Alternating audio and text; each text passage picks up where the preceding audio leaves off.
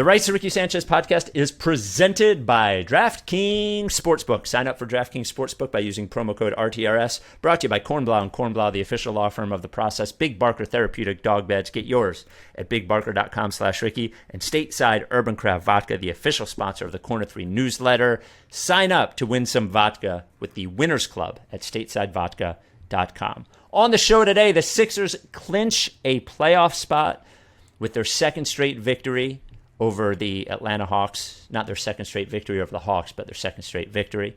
So we'll talk about that. They keep their hopes for the number one seed alive. We will check in on those standings. Daryl Morey does an impression of Mike and is curious as to whether Mike's high on the pod or not. He weighs in on that.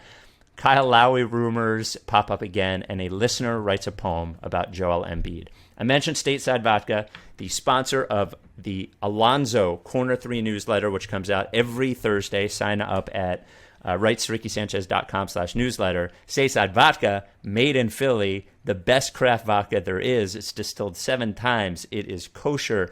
It is gluten-free, and it comes in a cool fucking glass, and you can get these cool rocks glasses made of the bottle. Anyway, statesidevodka.com. Statesidevodka.com. You got to be 21 to drink. And before we start, want to send our love and our best wishes to Jonathan Tjarks of The Ringer, who is a incredibly talented writer, and I don't know him. Seems like a very smart guy, diagnosed, as he announced on the internet earlier this week, with stage 4 cancer. Jonathan is only 34 years old. He's going through chemo now. He's married. He's got a 1-year-old kid. It was a crushing thing to read. 34 years old is just so young. He had no idea. He had what he thought were like COVID symptoms, basically. He was tired. He had chills. He was run down. He lost his appetite, went to the doctor, and it turns out he has stage 4 cancer. So just want to send love to Jonathan, his family. It seems like he's got some fight in him, so I wish you the best with that. And there is a care page set up where you can follow his journey, and I think they have their Venmo set up there if you can help them out. They have a meal service there where you can send them meals, and I think there's going to be a GoFundMe as well. So keep up the fight, John, and we love you. Without any further ado, Amos and the Chef.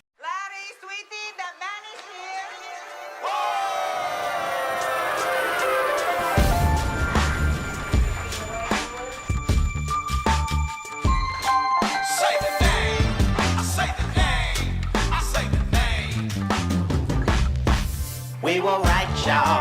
We were right. Even when it went wrong, we were right. We was right, y'all. We were right. So say the name. Say the name. We were right, y'all. We were right. Even when it went wrong, we were right. We were right, y'all. We were right. So say the name. Say the name. Say the name.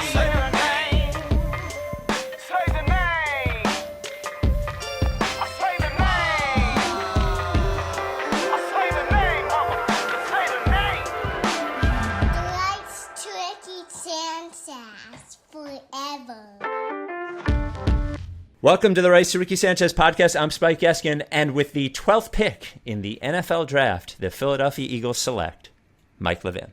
That's right. Mm-hmm. Nobody more available than me.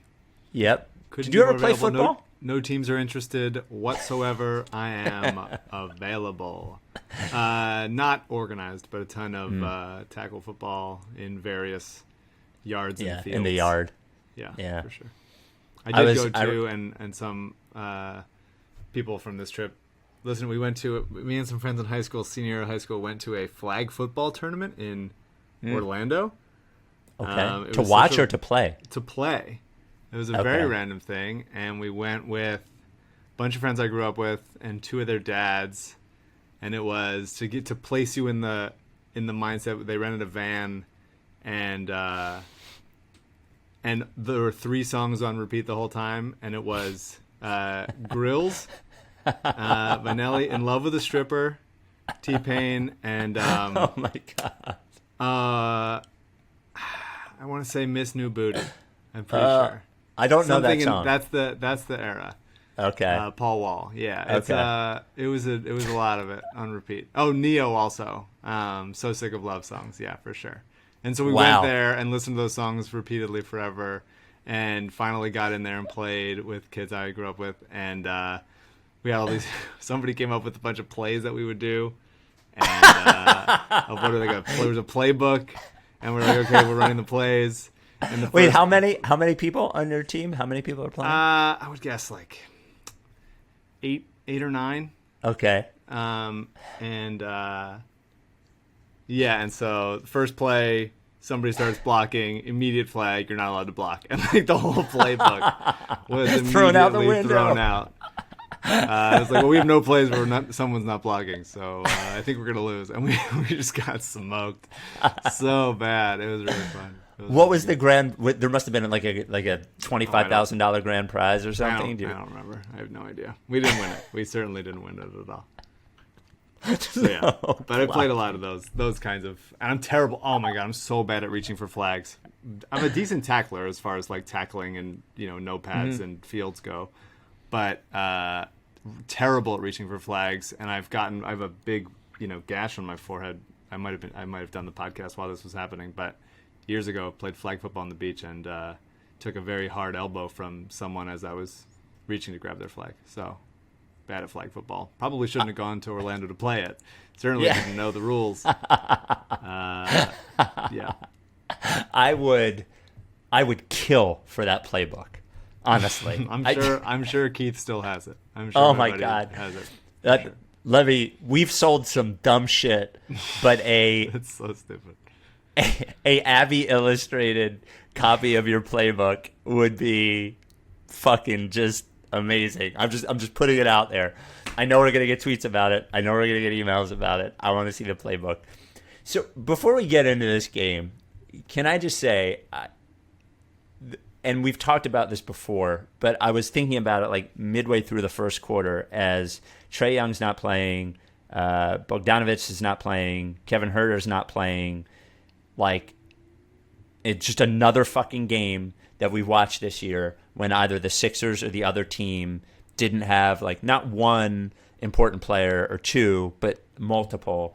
And this game was a fucking... And maybe it's because it came after the Thunder one, which obviously was, you're barely playing an NBA team, and I get it, whatever.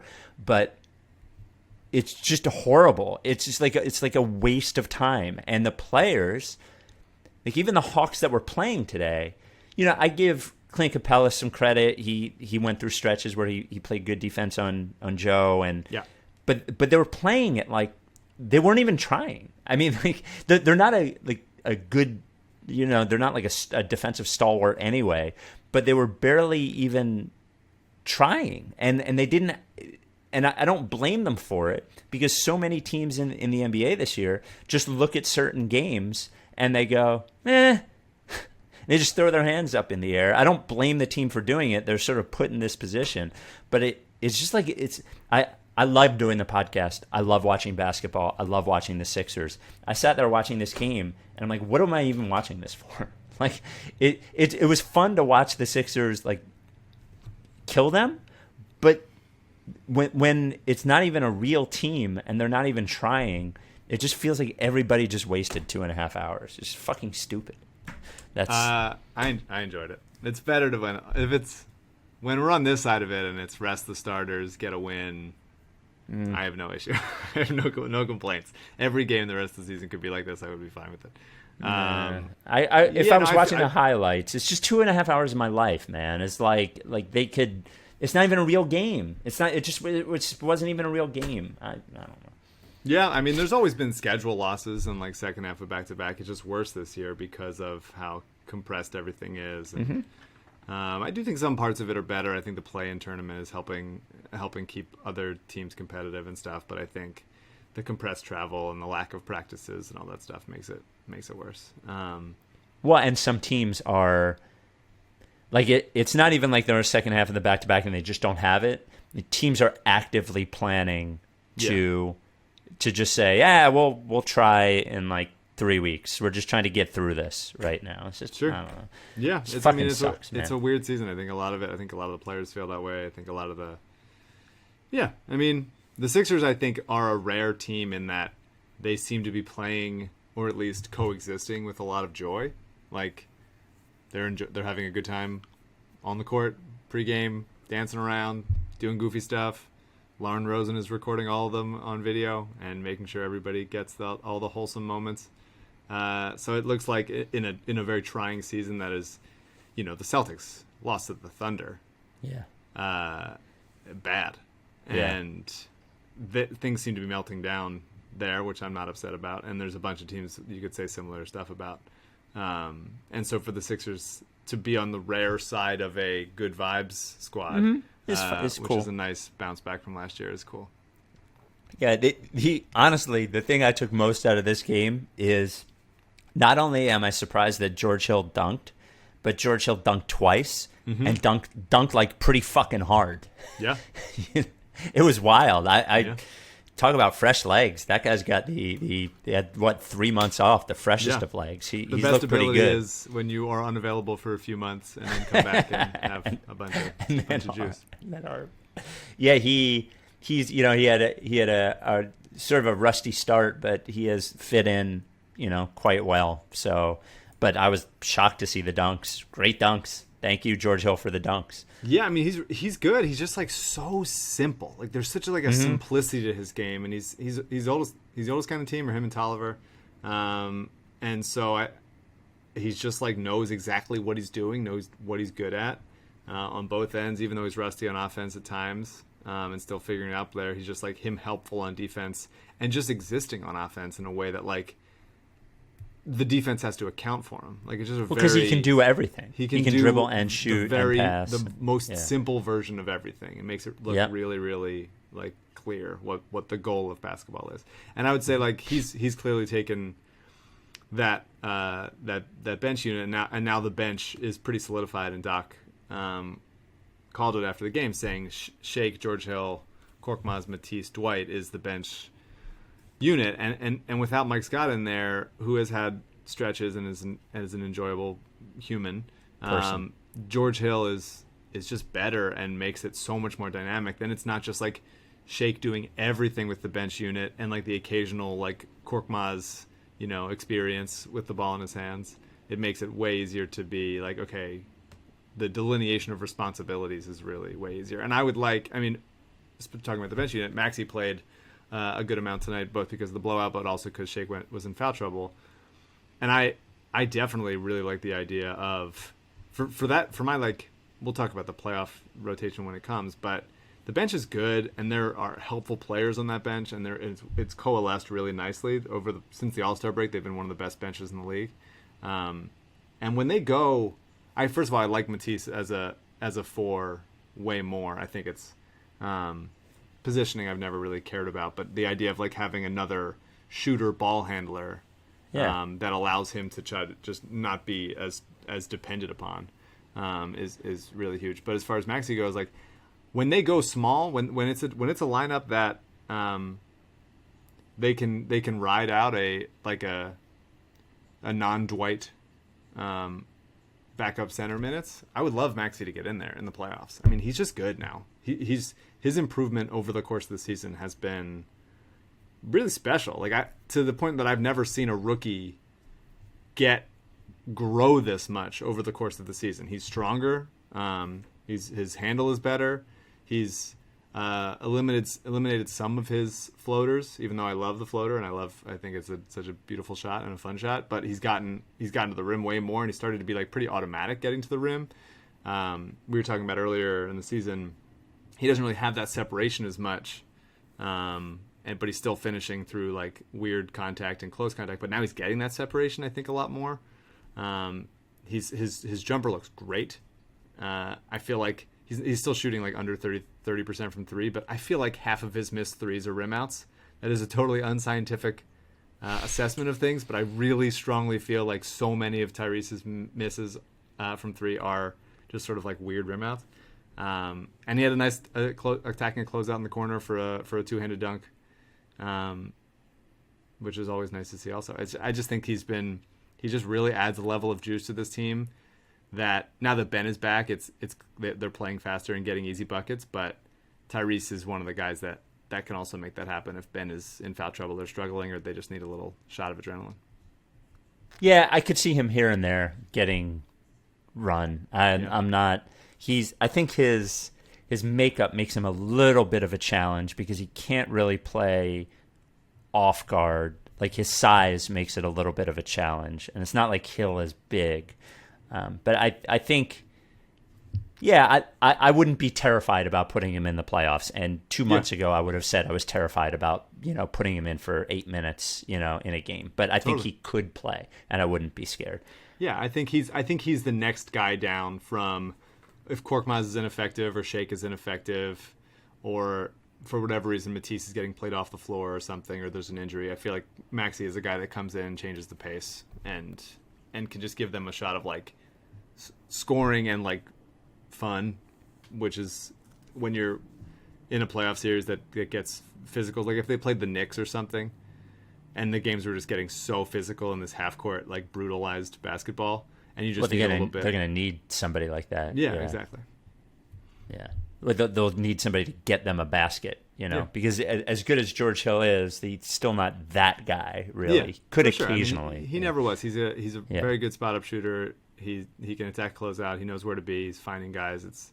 He's a really nice player, but his strengths are what they are. And I just like Maxey. The new element that Maxey brings to this team is fun, and I think that he's just really fun to root for, man. He's having so much fun out there. It's just a joy to watch. You mentioned Thybulle at the 4. I just want to give a quick plug to what Mike O'Connor wrote on RightsRickySanchez.com today. And if you don't feel like reading, that's okay, because there will be a video of it very soon, just about basically Thybulle as a 4 and comparing him to Bruce Brown, and just saying they need to use him more like that, and they need to put him in those positions. He needs to play that way. I think in the offseason, I've obviously mentioned shooting, but he could probably stand to put on 10 pounds, to play that more effectively, because he is still pretty slight. But offensively, that is a good thing, that you pointed out, and I thought Mike wrote it well on the site today. So love Bruce Brown, first of all, always have. Yeah, University of Miami. Well, he's great. I mean, I don't know about the way. I think, to me, how many people are going? Are you scared of Matisse getting like posted up by? Like, are you worried about Paul Millsap? Obviously, you're not. No, but defensively, as a rebounder, like I think he could get muscled pretty badly. Yeah, that's fair. And all guys just get bigger over the course of their careers. But I think his length allows him, and quickness and defensive IQ allows him to do so much. He had 3 blocks tonight. It's just, I mean, when I think on a team, when the Sixers are down a couple guys and it becomes like you're counting on Matisse to do stuff, then some of the weaknesses are evident. But he's just so special on defense, and on a team like this where they still have other defenders with him and they can allow him to take risks and all that stuff, he's just really, really special and like a unique kind of player, and makes other guys better on defense. Like Joel does that just by being there, but I think Matisse does that by like showing them what's possible. Like, it's a fun team to root for, man. I want this. If there's ever been like a very likable team that the Sixers have had in my lifetime, like this is there's youth, there's veteran, there's stars, there's guys who've been playing together for a while. Like, it'd be cool if this was the team that did it, man. I would like it very much. I want to hear a mega mix of that from every year. Yeah. I know, but it's fine. And they lost 4 in a row and they were ugly, but they outscored the Thunder and the Hawks by 71 points in the last 2 games. When the starters are healthy, they're just a really, really good team. I also liked the quick assertion there that size is basically a construct, and it is. Always has been. Length, deflection. You talk later. I don't know where the ad's going to go, but you talk about quarterback hurries. Yes, in that's football, later. And I feel like I'd be a big hurries guy if we started covering the Eagles. I'd be very high on hurries. Yeah. Sure. Can you imagine the amount of arguments we would have had about Brandon Graham, and to this part probably would have had about Derek Barnett and all those? You got to be a hurry guy. Love a hurry. Yeah, hurry him up. For the first time, Mike, in I don't know, like 2 months, I made the bet on DraftKings tonight with Ben. I was like, let me see what the odds are to make a 3 plus 1,200. That's enough juice for me on DraftKings.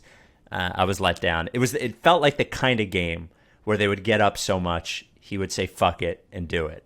And, it didn't pay out, but I still feel like it was a good bet. Maybe. He doesn't do it much. Do you know I can't even remember him having the ball behind the 3-point line tonight. No. I don't even think of a time when it was even an option. He would have to just take a 40-foot runner. Yeah, but I after one quarter, I knew it wasn't going to happen. I just felt like it was as funny as plus 1,200 is. It's actually not long enough if you think about how often he actually hits one. I think the odds should actually be a lot longer than plus 1,200. Yeah, maybe you could say that people betting it are. Go ahead. All right. Well, I appreciate DraftKings giving me the odds for that, and it was worth it for the one time it paid out. Hey, the draft is Thursday. You're probably listening to this Thursday. It's a huge offseason day in football, and DraftKings, the leader in both online gaming and one-day fantasy sports, has free pools on Thursday with 50 grand up for grabs. That's right, free pools, free. You download the DraftKings app, you go to pools, and they have a ton of different free contests. All you do is you answer a bunch of questions about what you think is going to happen on draft night, and then you can track to see how you're doing against everybody else.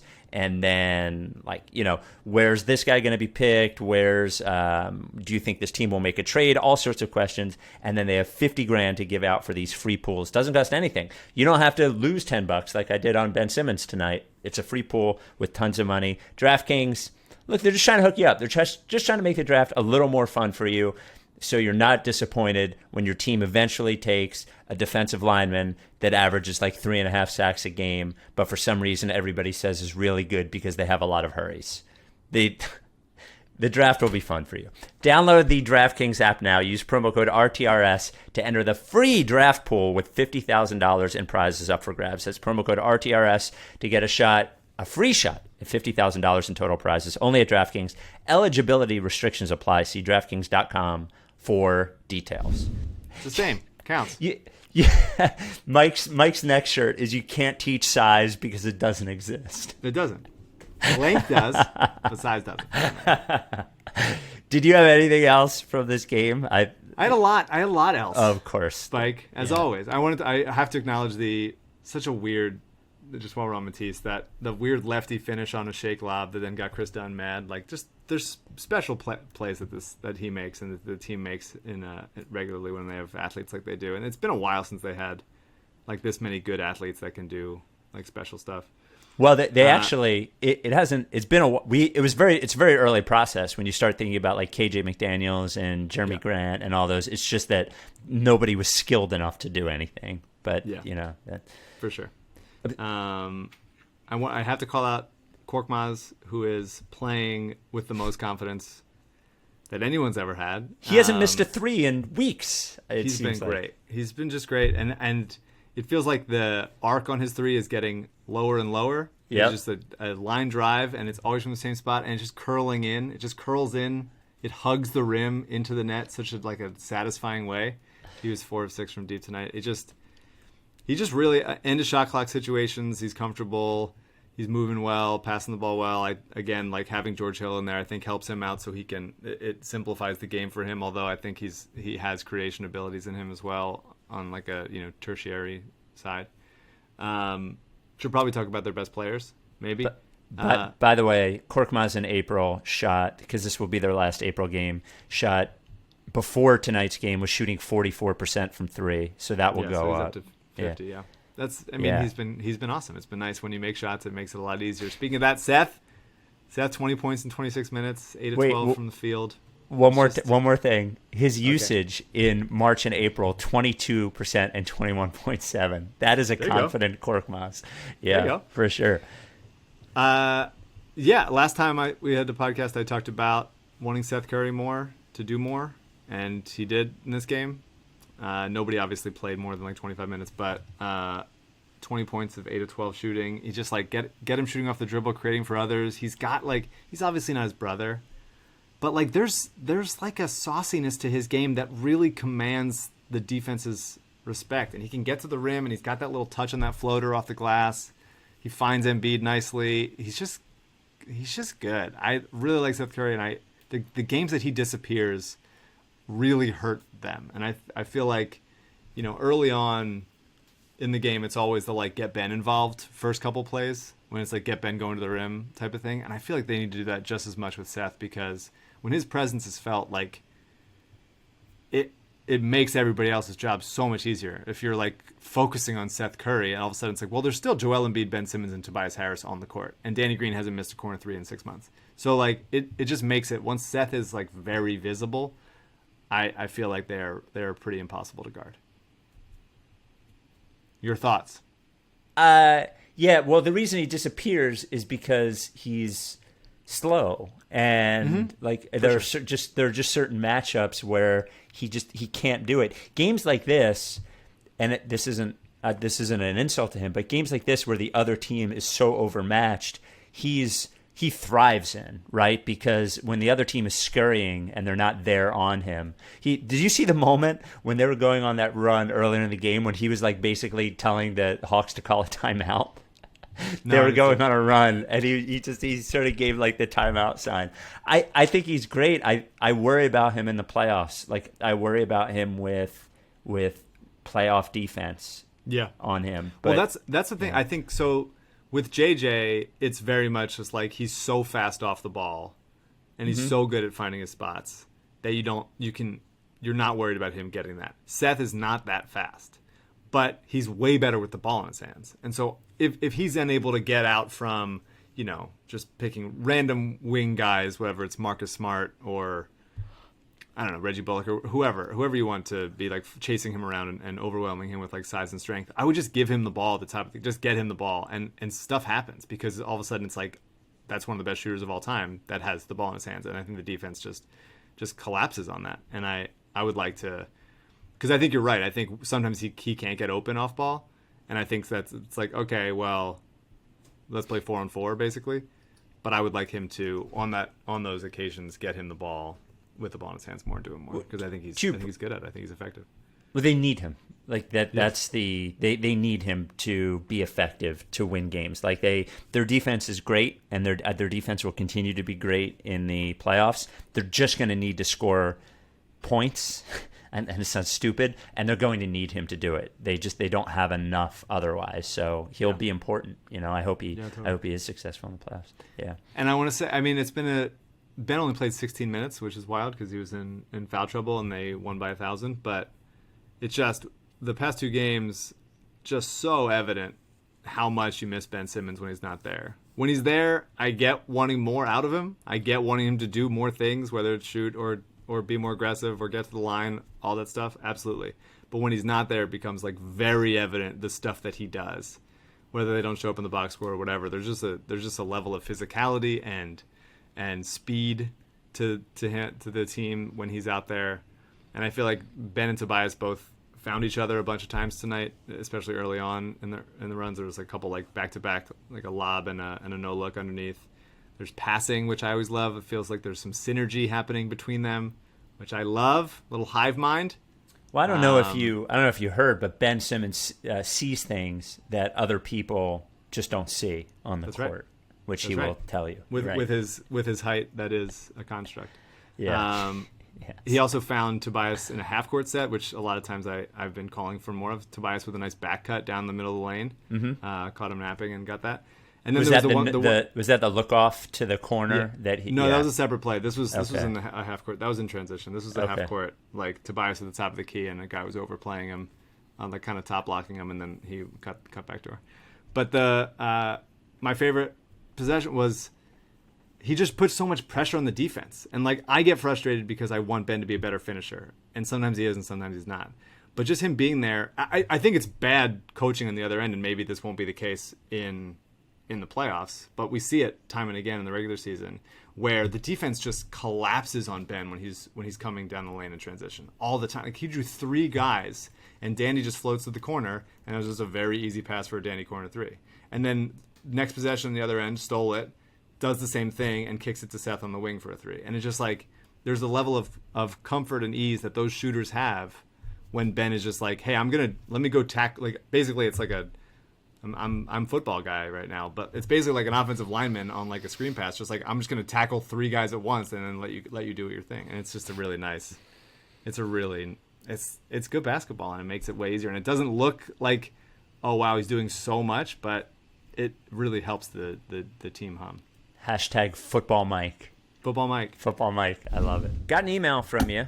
Not from you, Mike, actually. From Cyrus for you to read you for us. I don't email. Until it's fixed, I won't.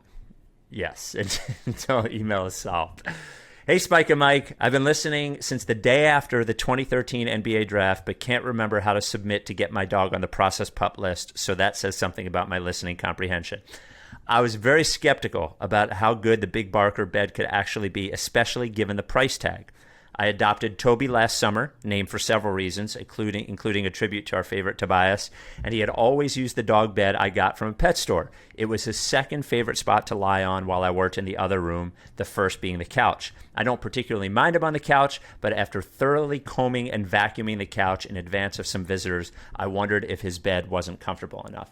I decided to buy a Big Barker for him to see if he'd like it and to see if I could reclaim my couch. It arrived yesterday. I opened it up, and I was stunned how quickly Toby claimed the Big Barker as his own. He's a semi-anxious rescue who has been helped a lot by routine and familiar toys and smells. Even with his old favorite bed and his couch available, he laid on the Big Barker all day, immediately recognizing it as the most comfortable spot in the house. I'm very glad I made the decision to buy it for his sake. He's still a young dog, so I'm hopeful it will keep him youthful for years to come. Love it. Success story. There it is. The Big Barker is, it's a couple $100. It's expensive for a reason. It's made well, and it's also going to last you 10 years. There's a 10-year warranty. The foam doesn't flatten or they replace it for free. BigBarker.com/Ricky. BigBarker.com/Ricky. And it's not just high quality because it'll last a long time. It's because it supports your dog's joints. It makes your dog healthier. Your dog's young like Toby, it'll keep your dog, vibrant for longer. If your dog's older, maybe already having some joint issues, the Big Barker, that's what it's made for. That's what it was engineered for. That's what it's been proven to do.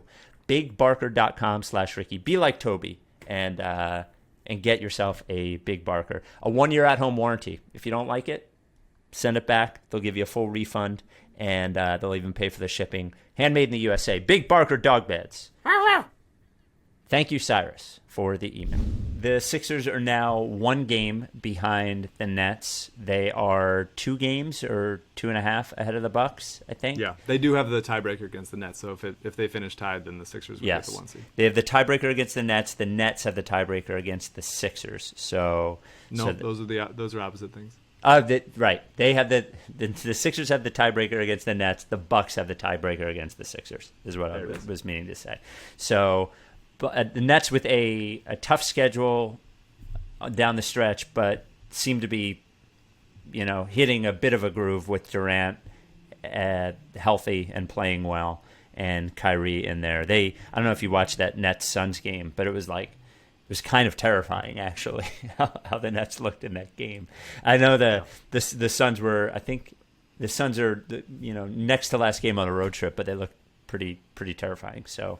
But the Sixers clinch a playoff spot with the win tonight. So that's good. Casual. So earlier this week, I have some audio to play you, Mike. Earlier this week, a podcast was released with me, Mutlu, and Daryl Morey, Carl Landry Record Club podcast. It's a music podcast that Moot and I do, the Carl Landry Record Club, of course, based off the thing we were doing during the COVID break. And Daryl sent me, he only has one playlist. It is a 42-hour Spotify playlist that is 35% musicals. And he said he would come on and talk about it. So we had a good time talking about it. But at the end, Daryl actually brought up the Ricky, and Mike, he brought you up. Like, it's clear that Daryl listens pretty regularly, but here was that conversation. I want to get your feedback on. Well, the only thing I do is listen to the rights to Ricky Sanchez on Spotify. Yeah. And sometimes I have to go with music in the shower, though, because I tried to listen to Ricky Sanchez in the shower, but it gets too garbled. I can't. Don't. You guys don't enunciate enough. Well, that's Mike. I'm a professional broadcast. Mike does. There is a little. Mutlu, have you weighed in on Mike being high during these podcast recordings or not? Has he been? Is he high often? So there's a listener. Okay, when we started putting it on YouTube, and now people can see Mike. Let's see if I can do Mike. In addition to his in addition to like that, he looks like he's high. This is like Mike, like, hey, he's like his hair's gotta come down, like. Yeah. I'm trying to think now. A few times I've been on there, he seems maybe like I'd say, he might have. I'm not. So what you can't, if you're watching on YouTube, I'm sure CJ will put it in there. It's worth checking out. Daryl sort of sits back, starts to pull his hair over his eyes, and makes sort of like an out of it face. What is your reaction to that? The video it's not a bad visual impression. I think it's solid. Yes. There, I'm not under any influence of anything. I don't know what to tell you. Maybe it's my camera. I'm reading things. I'm not looking at the video. This isn't interesting to talk about, but I do like that there exists a Daryl Morey impression of me. I feel like it's insane. Think about how far we've come. There was the 2 GMs ago. The guy was on burner accounts, basically accusing us of stealing money from charities on Twitter. That's right. And this guy has an impression of you. Yeah, it's been an interesting run with all of the Sixers' past 4 GMs. There's been an intimate level of whether it was Sam or obviously Brian being muted on his burner accounts, being muted on Twitter, and Elton coming to our live show and doing some sort of wrestling heel situation where he almost. Threatened violence, which was cool, and then here we go with Daryl. So it's a good run. I like getting in the mix. I am getting a haircut tomorrow, but it is going to be a trim. It is not. I'm going to see what happens with it. So this has been an uncut year and a few months. So we'll see if there's any layering that looks any better, or if I look just as stupid. So. Well, I like the long hair. I don't think it looks stupid at all. To be quite honest with you, I like it. You look like a completely different person, but I enjoy the long hair. I just don't like men's haircuts. I think they're like just pretty stupid. I don't think there's a single. I think they either look the same or you look like a fascist. Like there's just not many like options really. And you look like a fascist. And so it's either like the like very intense like high like shaved and then like the very coiffed swoop. It's a very fashy look. I don't know. I think most men look stupid, and so I either do the same haircut that I've had since I was like. Well, I went. Yeah, it's either the same haircut, the one male haircut, or just ignoring it like I have done for some time. So those are my options. Well, I'd like to put a message out to the only Sixers general manager that they've had since we started the podcast that has not appeared on the podcast is Brian Colangelo. Elton's been on. Daryl's been on a few times. Sam was on. His comeback story should soon. I predicted that it would be a Woj pod. Yeah, I think for 2 seasons in a row I've predicted that, and it hasn't happened yet. Would love for it to be here. Maybe it's us. Yeah, would love for it to be here. Before we talk about Kyle Lowry, you have 1 week to order the playoff shirts. These have been incredibly popular. We've sold a lot of them. There's 2 shirts. There's the Best Ability is Ability Ricky shirt, which is a dusty rose is the color with a baby blue logo. Says the Best Ability is Ability, and then our playoff slogan on the back. It only counts. Dusty Rhodes being on a Best Ability is Ability shirt is good. The American Dream shirt. And it says it only counts if we win on the back. And then the Band Denver shirt with Thin Air Not Fair and the Band Denver logo.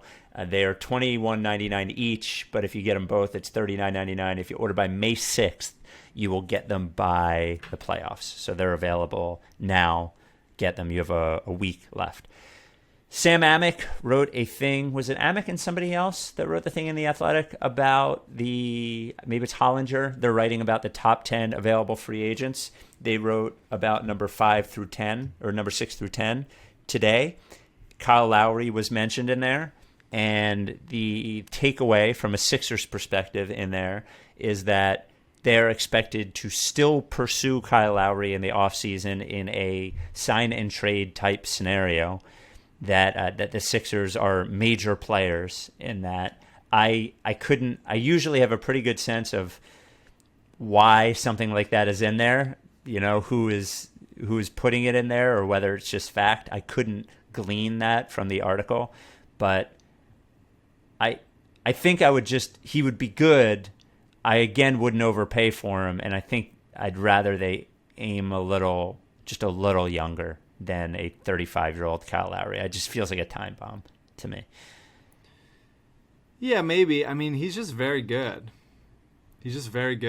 And if they can get him on like a decent deal, like a 240 type of thing, but I agree that if it's too much, then it could be problematic. But we're sort of in a decent place with depending on, since Horford, maybe there's, I don't know, maybe there's some payback on the reverse side, some regression to the mean with how bad Horford looked here. Although he didn't look that bad. I mean, I know he did, but he didn't. He did and didn't. But well, he was forced to of everybody. We shit on him. Well, I don't think we've personally shit on him that much, but everybody was forced to play in a way that was not advantageous to what they do. Like Al Horford was basically forced to be the team's sharpshooter last year. He was shooting like 6.5 threes a game.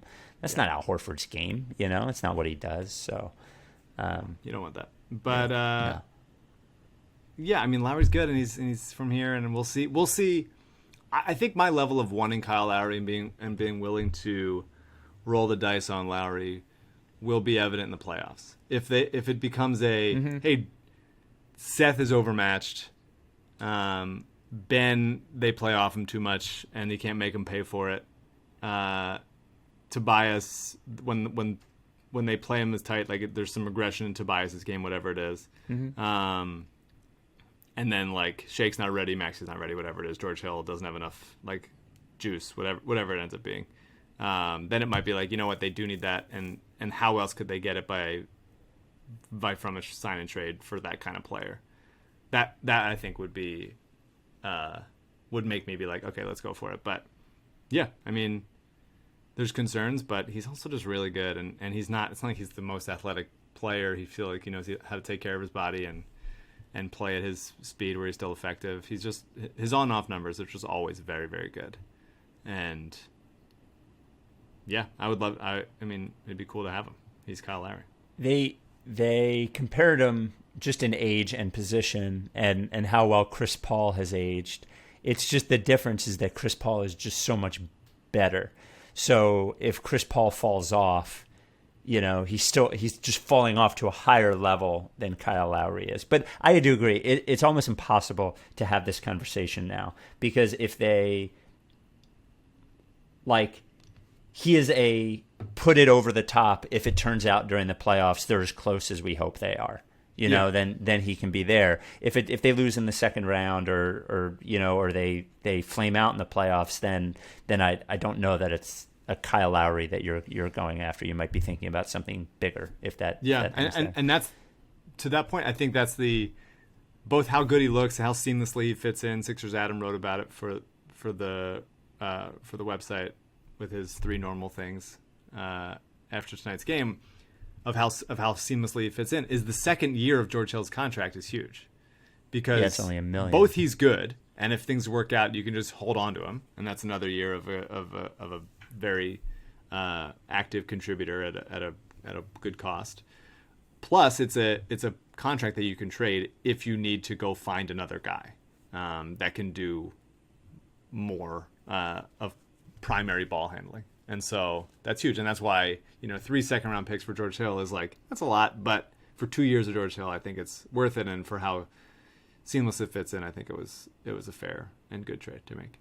Mike, the quality of the league this year is leading me to believe we need a class action suit. And that's what I'm going to call Kornblau for. I've been waiting. I've used all of our sponsors at this point, except for, I used Kasey because I refinanced, except for Kornblau because I haven't been injured. I feel like I've been injured by the quality of the NBA this season. So class action suit. Do you think I have a case? Yes. Yes. There we go. And here's what I will say, NBA, before we launch this lawsuit. In lieu of financial, I was going to say restitution. That doesn't seem like the right word. In lieu of money, as long as the commissioner resigns, I will take that as well. Kornblau & Kornblau is the official law firm of the process. They don't usually sue sports leagues. Adam Kornblau usually personal injury. By far the most trusted, successful, honest, boutique personal injury law firm in the Delaware Valley. Been around for 40 years. Kornblau & Kornblau. His parents started it. Now it's him and his mom out there just fighting for you. You're hurt. You're in a car accident. You're injured at work. Medical malpractice, which is what their specialty is. They're going to do everything for you. You're right. Like personal injury, you don't know what you're doing. You need somebody you trust, like Kornblau & Kornblau, and as well, he's helped out so many of our listeners with non-personal injury lawsuit things, legal questions, whatever you need in the world of law. Kornblau & Kornblau. What? That was World of law. I like that. Yeah, the world of law. If you think you have a case, don't be a hero. Give him a call. Shoot him an email. It doesn't cost you anything. 215-576-7200. Ask for Adam or email kornblau@kornblau.com. Kornblau spelled with a K. The A-N-D is spelled out in that email address. And the rest, as they say. It's up to you. Kornblau & Kornblau, the official law firm of the process. The hard-to-stomach YouTube comment of the week comes from Ross Butler. Denver has a home court advantage that is thin air. If every team were to choose an advantage, what would Sixers' advantage choose? I would say they all get megaphones so they can project their abuse to visiting players. What do you think would be the most effective Sixers fan unfair advantage?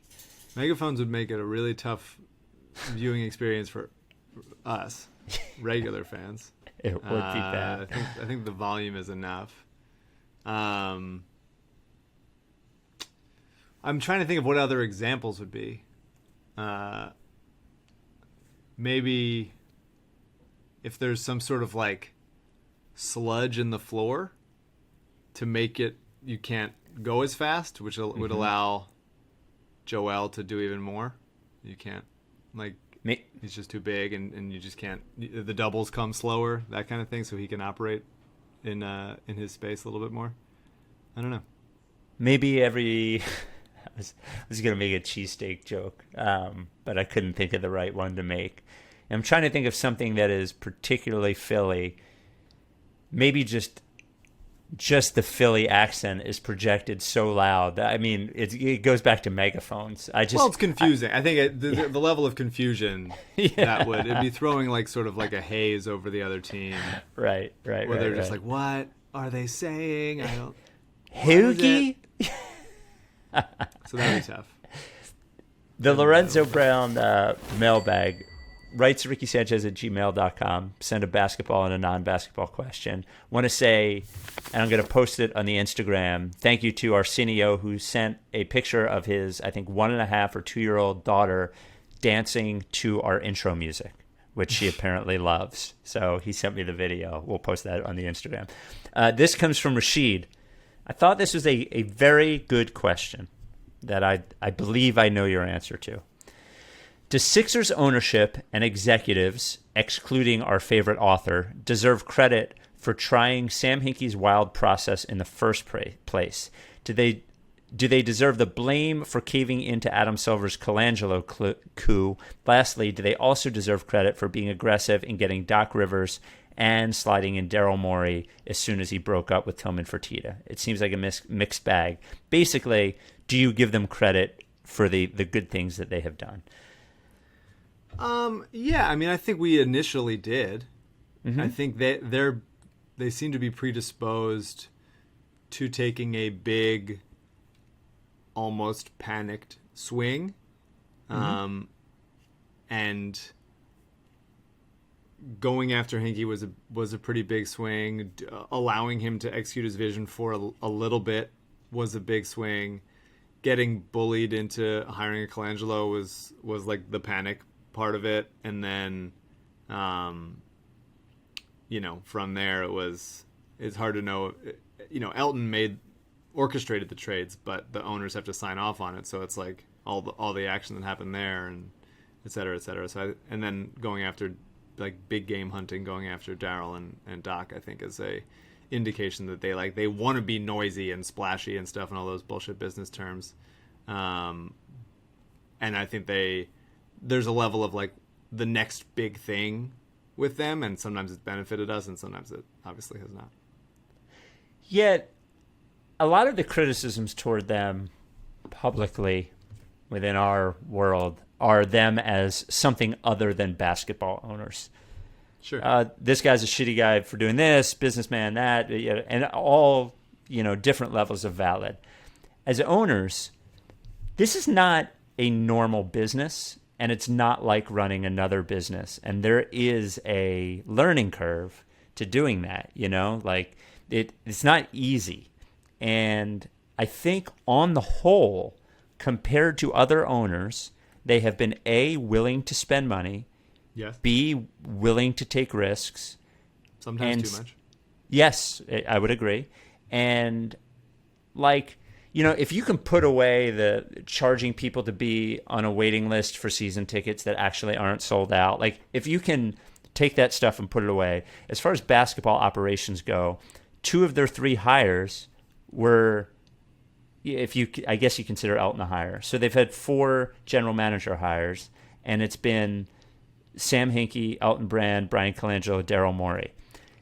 Being the only, basically the only basketball team in the sport to hire both Sam Hinkie and Daryl Morey to run your organization, who I think we would hold as, as top of the list, you deserve credit for that, and you deserve credit for going out and they fucking way overspent for Doc Rivers and Daryl Morey.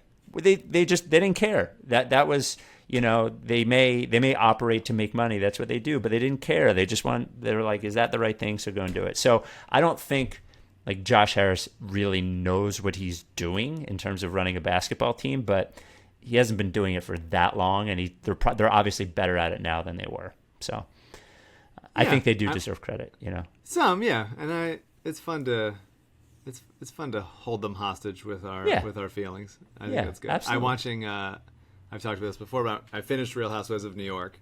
Congrats. We've moved on to, which is just an excellent show and one of my favorite shows ever and one of the funniest shows of all time. And we've moved on to Real Housewives of Beverly Hills, which I'd never seen either. And so one of the housewives in the first 2 seasons is Adrienne Maloof, who is the sister. They don't list her as like a managing partner, but one of the sisters of the Maloof brothers who owned the Sacramento Kings in the 2000s into like I think they sold it in 2016, I think. And so so they go to a game, the last game of the season. It must have been like season 2011 or something. And there's like the Here We Stay campaign in Sacramento of like booing the Maloofs, and like her security is like worried about it. And they show this on television. It's wild to see them being like, yeah, we want to move the team because it's like not profitable. And then the fans are just like, please stay, stop being assholes. And it's just wild. And the fans they listed are like booing a little bit, but are really polite and are just like, please don't move the team. And I'm trying to imagine if the similar thing had happened in Philadelphia, where an owner was on a reality show while they were trying to move the team. I thought it wouldn't have gone as well, and I would like to see it though. Yeah, that's for sure. And then non-basketball question: since Mike is now verified, how about an annual verified Ricky listener list? Maybe 5 or 10 people. I have no idea what the qualifications and perks would be. Maybe a shirt. Just a random idea. What are your thoughts? Well, that seems like a way to make people fucking mad at us. So absolutely not. Yeah. I feel like I've gotten less funny since I've been verified. So I think that it's working against me. This comes from Jack. What's up, Spike and Mike? I had to write a soliloquy for a short project in my English class. And while recently listening to the pod, while the teacher was explaining the project, I decided to write mine about the Sixers and Joel Embiid's MVP case and wanted to share it with you guys. I'm no poet like Shakespeare or Poe, but I did spend the majority, like we would go, this guy's a poet. I wonder if he's like Shakespeare. But I did spend the majority of the day writing it out. I even had to throw in a little mini reference to the pod. Hope you guys enjoy it. Are you ready? No.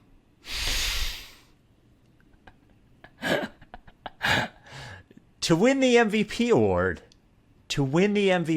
or not is the question.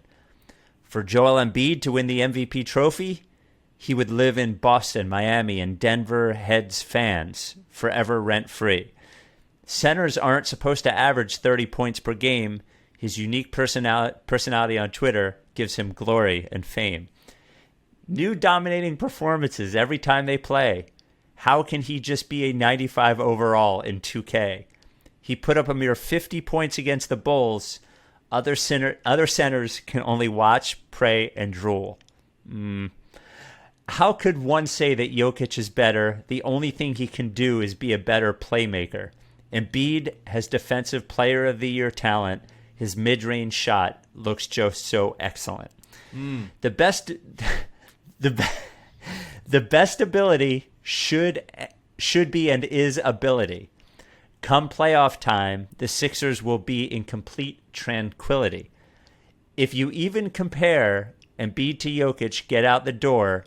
Nets, Lakers, Clippers, or Bucks, it doesn't matter. Sixers in 4.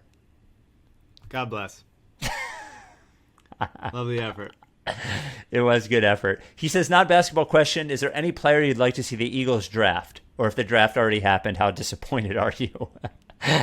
Who have you thought about it? I don't actually have an opinion. The Devonta Smith guy looks fun, but I don't watch college football. Yeah. I'm not a college football guy at all. Just fucking get a decent wide receiver. The fact that in Howie's tenure only Riley Cooper has gotten a second contract of wide receivers he's drafted is deeply upsetting. And so just draft one of the good wide receivers. If you don't trust yourself to make those decisions, just listen to somebody else. Just go with it. Passing on Justin Jefferson got too cute. Jalen Reagor seems like he maybe sucks. Maybe he's going to be okay. Just draft somebody other people think is good. Clearly it's something you're not good at, Howie. Well, but then we're making him draft somebody that somebody else thinks is good. That's actually very funny. Just listen to someone else. Just someone else, whoever thinks something, don't listen to yourself.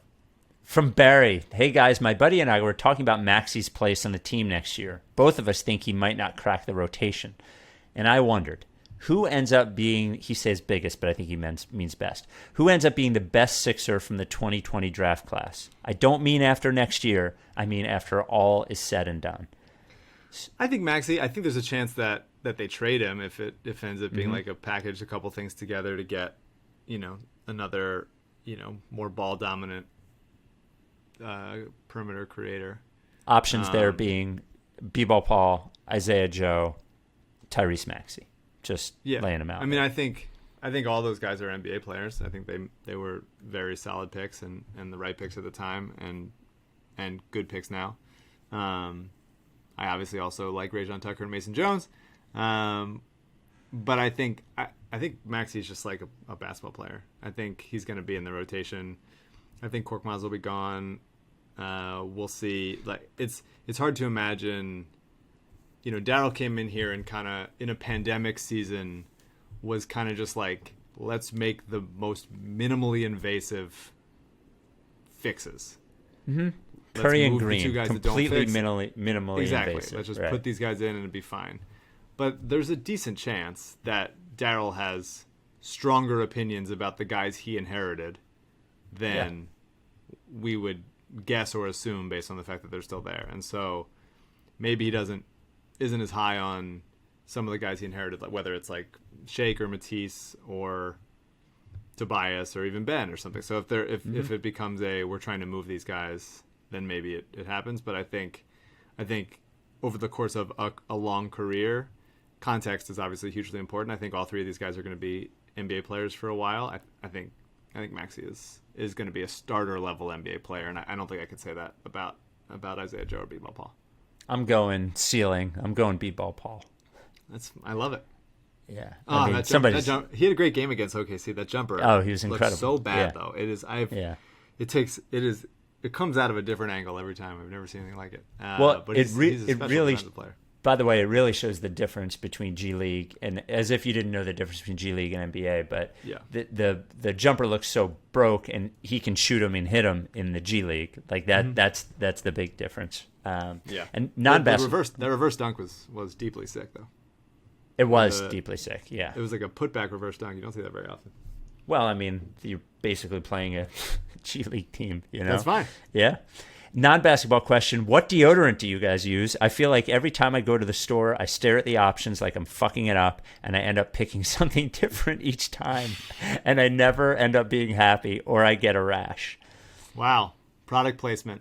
I think I've used the same Speed Stick deodorant since I turned 15 years old, I would say. Wow, really? I've used, it's like Speed Stick, one of the blue ones, the blue or the green, like Ocean Watt. I don't know what it's called, but I know the color. And my dad uses that one, but brown, and the musk one. And so occasionally I'll get the musk one, and I'll feel like my dad for a while. So smelling like Glenn. I have tried using natural deodorant, and it just doesn't work. Yeah, it doesn't. I've tried that also. It doesn't work. So this started, I'm 44, I would say 15 years ago. My brother and I were at this place called Cluck You. It's a wing place. There's a mini chain. We were at the one near Trenton, Ewing, New Jersey. And every time we would go there, we'd see the delivery guy. And the delivery guy there told us, he was like, guys in prison, they use women's deodorant. We're like, really? We're like, why? And he was like, works better, stronger. So starting at that point, I started using women's deodorant. I currently use Secret Clinical Strength Clear Gel. Usually the whatever the shower fresh scent is. I've been using women's deodorant for 15 or 20 years. All because of that delivery guy. Because of a delivery guy telling you that prison conditions, which are historically poor, use deodorant, and you're like, that's going to be me. Well, I'm going to be that guy. The reason I decided is, at the time, this actually is probably more than 15 years, because I don't sweat like that anymore, even though on this pod I might be sweating. When I was heavy, when I was overweight, I sweat a lot. And I needed a strong deodorant. And I remember when I lived in Chicago, they make this one super powerful deodorant stuff you're only supposed to put on once every 2 or 3 days. It just didn't work. So I listened to the delivery guy. He said that, in prison you might really need strong deodorant because you're not going to get as much. So I just listened to him, and I still do it. So, wow. Yeah, I don't know. I made the switch. So I suggest Secret Clinical Strength and the gel, because you start using anything that's white, it gets on your shirts. The flaky stuff, it doesn't work. It doesn't work for anybody. It never has. It maybe doesn't make your armpit smell bad for 90 minutes. Yep. And then it's flaking everywhere, all over your clothes, and also you smell like ass. Bad. One more from Lionel. I sent you this question in February, and you guys said the priority was basically the order of things that I had them listed. Now that we're in April, I feel like the order is almost reversed. Can you guys re-rank this list? What is most important? Number 1, hitting the playoffs with maximum health. Number 2, nailing down playoff rotations and strategies. Number 3, securing home court advantage. And number 4, avoiding bad playoff brackets. So what would you, Mike, how would you rank those in terms of importance? Still health. I think if that's what I picked last time, I certainly should have. Mm-hmm. I feel like getting the 1 seed in bad playoff brackets is kind of the same thing. Now it is, yeah. But and so securing home court advantage. I guess those are the same. And then I think playoff rotations. I think they're there at this point. I feel like there's a wealth of options, and if some of the lower options don't work out, you can just go shorter rotation. You could just go eight guys. So I would say that's a low on the list because I feel comfortable with it. I would say, although strategies, I guess, is a more broad example of that. I would say maximum health 1 by a lot. Would you say that because the best ability would be being able to play? No. No, I wouldn't. I have other reasons for that. I don't have to explain myself. So everybody being healthy is good. Yeah. And then I would probably say home court advantage, and then nailing down rotations and strategies, which is obviously important, but I think they're just there. And then avoiding bad playoff brackets. Like, I just don't give a shit. Like, I want home court advantage so we can have the 1 seed and we can play everybody at home, and that we wouldn't have to play Nets Bucks. But like, I don't care about who's the 7 or 8 seed. Like, if you're gonna have a problem with that, then that's a bigger problem. Yeah, I agree. I would rather not play Miami or Toronto in the first round, but whatever. It is what it is. I think the 1 seed is the most bracket. Avoiding having to play the Bucks and the Nets is important. I would rank them the same way. Actually, one more, because I think this is good. From Jake. Piling a few more questions on the mailbag mountain. Among Maxey, Thybulle, and Shake, who do you think is most likely to be a starter on the Sixers 2 years from now? It's tough. I think they all have a decent shot. I wouldn't put any of them over 50%. I would say Thybulle. I would say Thybulle as well, just because of how special he is. But he might just have his Sixers career, because Ben and Joel are there. You might just want more shooting and creation and offense always around those guys in the starting lineup, and bring him off the bench. But he's certainly very good, and he certainly should be playing 20, 25 minutes a night. There should never be a time when one of Ben or Matisse is on the court, because why wouldn't you? You have the capability of having one of the best defenders in the league, one of the best wing defenders in the league on the court at all times. But I think that the answer is probably like Thybulle 40%, Maxey and Shake around 20% each, and that doesn't make 100, and that's fine. That's okay. It doesn't. Not everything has to make 100. You guys, yeah, fucking math nerds, trying to count me up. I don't care. I don't need it. There's 80%. 80% is the new 100%, and that's fine. Math is a construct, just like exist. size. I think there's very little chance of Maxey or Shake starting here in 2 years. That's why. Not that I don't think they're good, but I don't think it's going to work out that way. So I would bet on Thybulle more than I would bet on them. And I don't think your percentages are off, though. I think I would just have lower ones than Maxey and Shake. Yeah, I mean, I think Maxey probably has a slightly better chance than Shake, just because contractually, like Shake's got a team option for 2023.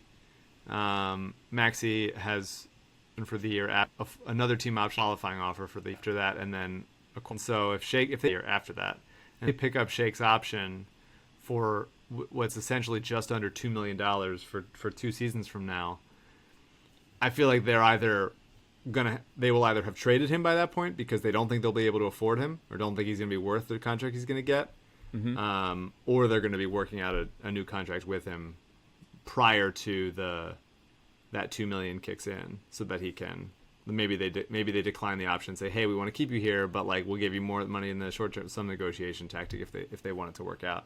But I feel like that's a little bit less likely. I feel like he's just going to get paid by somebody, and so Maxey will play out his rookie deal here, and I think that there's a slightly better chance that Maxey ends up being the starter in a year or two. Well, he'll see Furkan off getting paid $12 million a year somewhere, and that's he'll right. say, I'm sticking to that. 12. I feel like I'm absolutely sticking to that. What can he do? There's He's creating no a little bit. I He's love an him. excellent shooter. He's an excellent shooter. His defense has improved leaps and bounds. He's a hard worker. Players love playing with him. This reminds Absolutely. me. This reminds me of when I said Hollis Thompson was going to get $8 million a year, and you were like, he is not going to get $8 million a year. And you were right. He wasn't even in the league. So, and non-basketball question, what is your most controversial, non-political, non-sports opinion? Define controversial as something that would elicit a similar response to Nuggets fans on Twitter. Whew. Interesting. Well, I would just say Dario got a 3-year, $27 million contract about a year ago. And that's only $9 million a year, though. I know, and I think that because of Korkmaz's like positional, like a better positional strength, because Dario is a 4-5 and Korkmaz is like a 2-3-4 situation.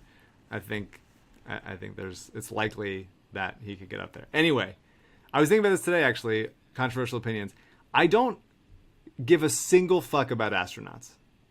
Like I feel like old ass astronauts dying all the time, and it's like this whole thing we have to like pay tribute to the astronauts, and I just don't care. Like obviously if they're dead, it's like, oh, I'm sad for them and their families, but like as far as like we have to honor the astronauts, it's like I don't give a shit. I don't think that they're the ones that are like solely responsible for any like super impressive space missions or whatever. I think it's the people that are making the stuff, and it's not just them, and they get credit like for doing it as if they're like I think astronauts are the actors of space exploration, where they get the credit for doing it, but really there's a director and there's writers and there's a whole crew behind them doing it, but they get all the fame and glory, and I truly don't give a shit.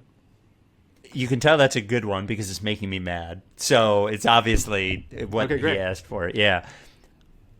I would say I have two. One I've said a million times, and I actually said on the Carl Landry pod, is that no one at a Bruce Springsteen concert is actually enjoying his 3.5-hour concerts. It's like everybody's just trying to prove to everybody else that they're enjoying it. It's just a fucking lie.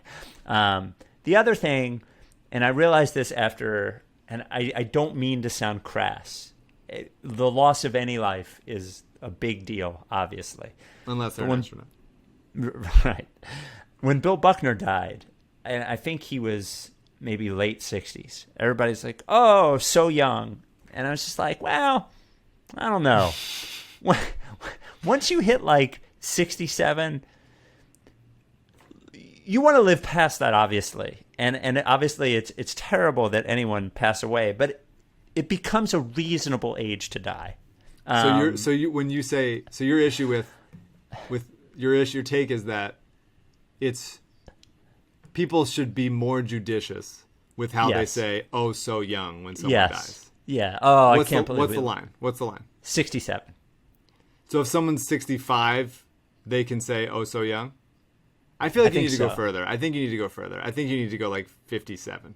No, I'm not even. No. I think you need to go further. I don't think it's that. I don't think many people are saying, "Oh, my dad's 68, so I will." Oh, he's 70, so young. I don't think anyone's doing that really. It's like obviously younger than it should be. You want to live past that, but I think your take, in order to really anger people, I think you say you don't get to claim so young unless you're at over 55. Oh my god, that's. I don't know. I'm gonna have to. It might be too controversial for me. Might be too controversial for me. All right. We'll talk to you this weekend. Let's keep marching on. Nobody get hurt. Let's keep the vibe strong and the health up, and the 1 seed within reach. My other take is that I'll never stop believing in Vince Velasquez and Roman Quinn, and that'll make everyone mad because it's probably wrong, but I can't help it. Well, ever since Vince Velasquez played the outfield and threw the guy out, I'm good with giving Vince Velasquez as many chances as he wants. Roman Quinn he can't play. I believe. I'll never stop. Those guys are essentially process Sixers. Yeah, except they're not in the process anymore. I don't know. Roman Quinn. Yeesh. I mean, if it'd be like if Jakar was still here, and we'd be like, we just gotta hang on to him forever. They've been there a long time. Except, but I believe. If you don't fuck with me. Good for you. You're one of the few. All right. We'll talk to you this weekend. Are you done with TTP? Yeah. Lickface. If you don't fuck with me, then I won't fuck with you. If you don't fuck with me, then I won't fuck with you. But if you fuck with me, I'm gonna fucking kill you! Time for plan B.